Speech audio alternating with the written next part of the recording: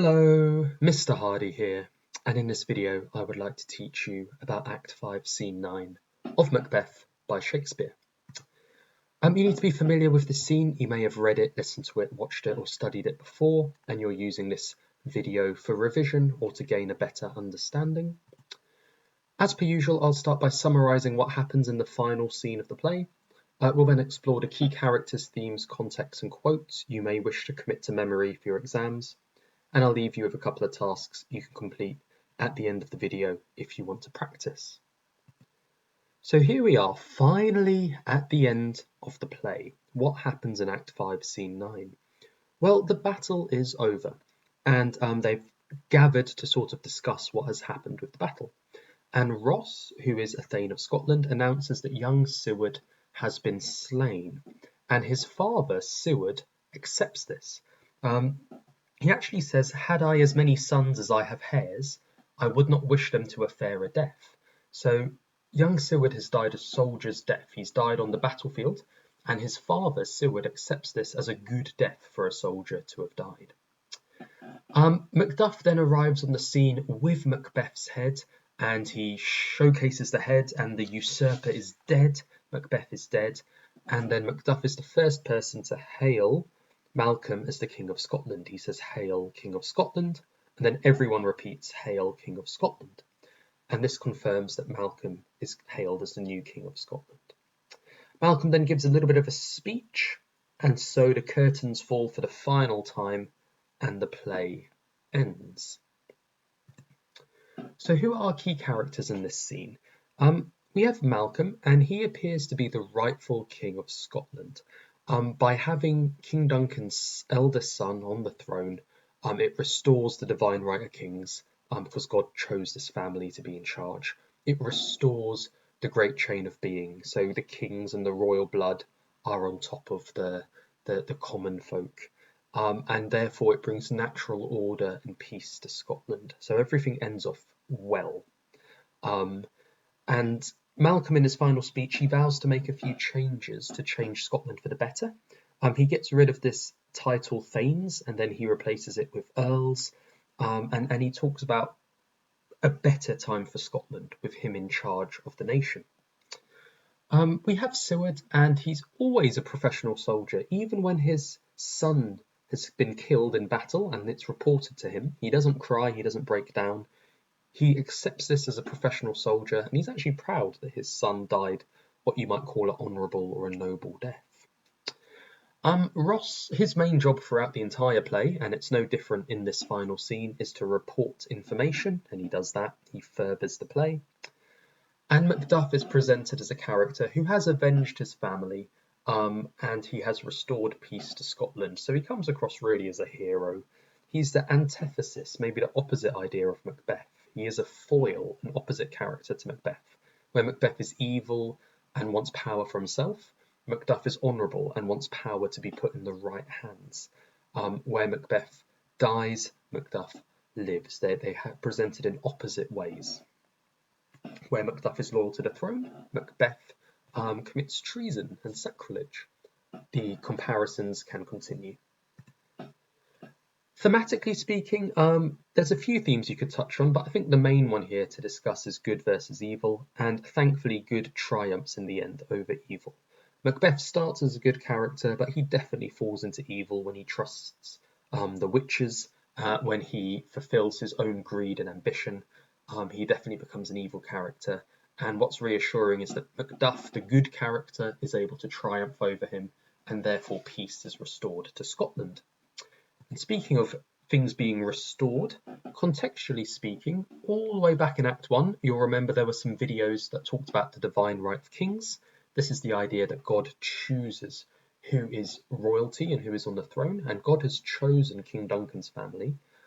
So when Macbeth killed King Duncan and took the throne, that broke the divine right of kings, and God would not have been happy, and Scotland would have been punished for it. But now that the divine right of kings is restored, with Malcolm, Duncan's eldest son, on the throne, the divine right of kings is now restored. God is pleased again. The same goes for the great chain of being. So at the top you have God and then angels, and then you have your royalty and your common folk, and then you've got animals and plants. and at the bottom of the chain you've got rocks and minerals. When a common folk like Macbeth took the life and took the power of a royal-blooded person who was higher up on the chain, the great chain of being was broken. Again, God was disappointed. Scotland was punished. There was eternal darkness. Widows and orphans were suffering.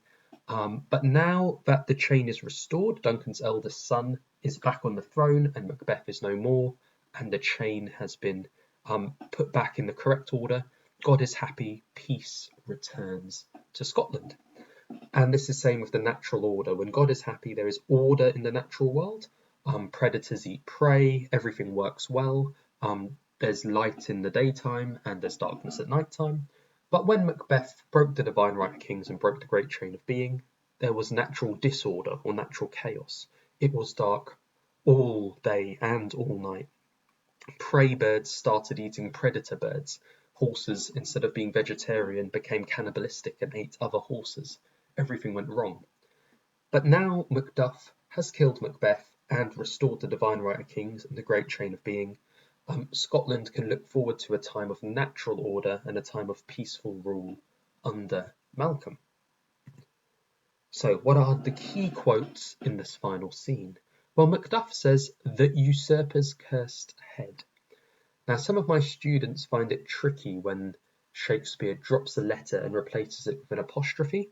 I think if you wrote "the usurpers," as in THE space usurpers, USURPER apostrophe S, I think you're fine. So with some of these quotes where Shakespeare has contracted the word and removed letters and replaced them with apostrophes, I think if you spell out the words as though they were full, I think you're fine for using that as a quote. Macduff says, "Hail, King of Scotland," to Malcolm, and then everyone on stage repeats that. So Macduff instigates it, everyone repeats it. This really confirms that Malcolm is the rightful king, and he will be coronated a little bit later.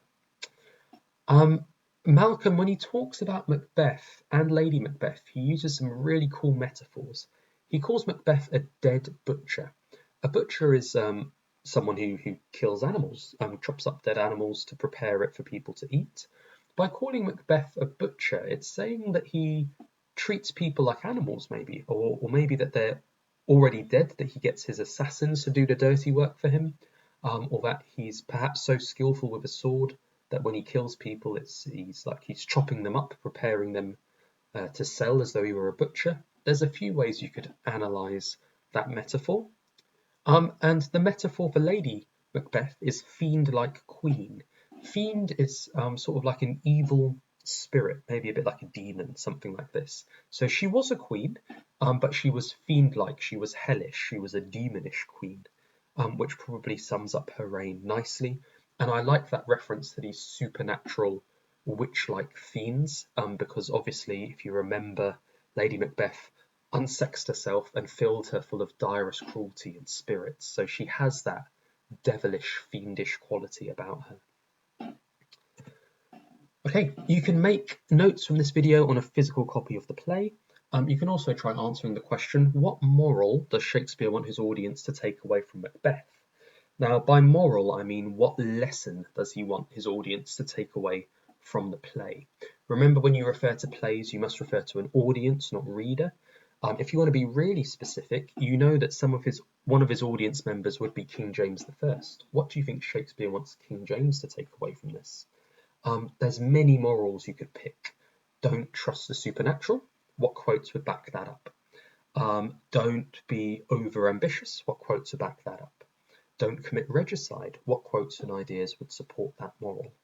There's plenty of things you could unpick here. Take a few paragraphs to express all your ideas.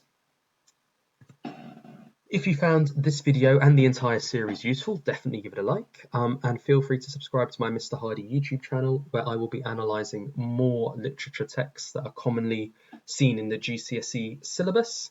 And feel free to leave a comment if you think I missed out anything, or if you just want to say whether you liked or disliked The Tragedy of Macbeth by William Shakespeare.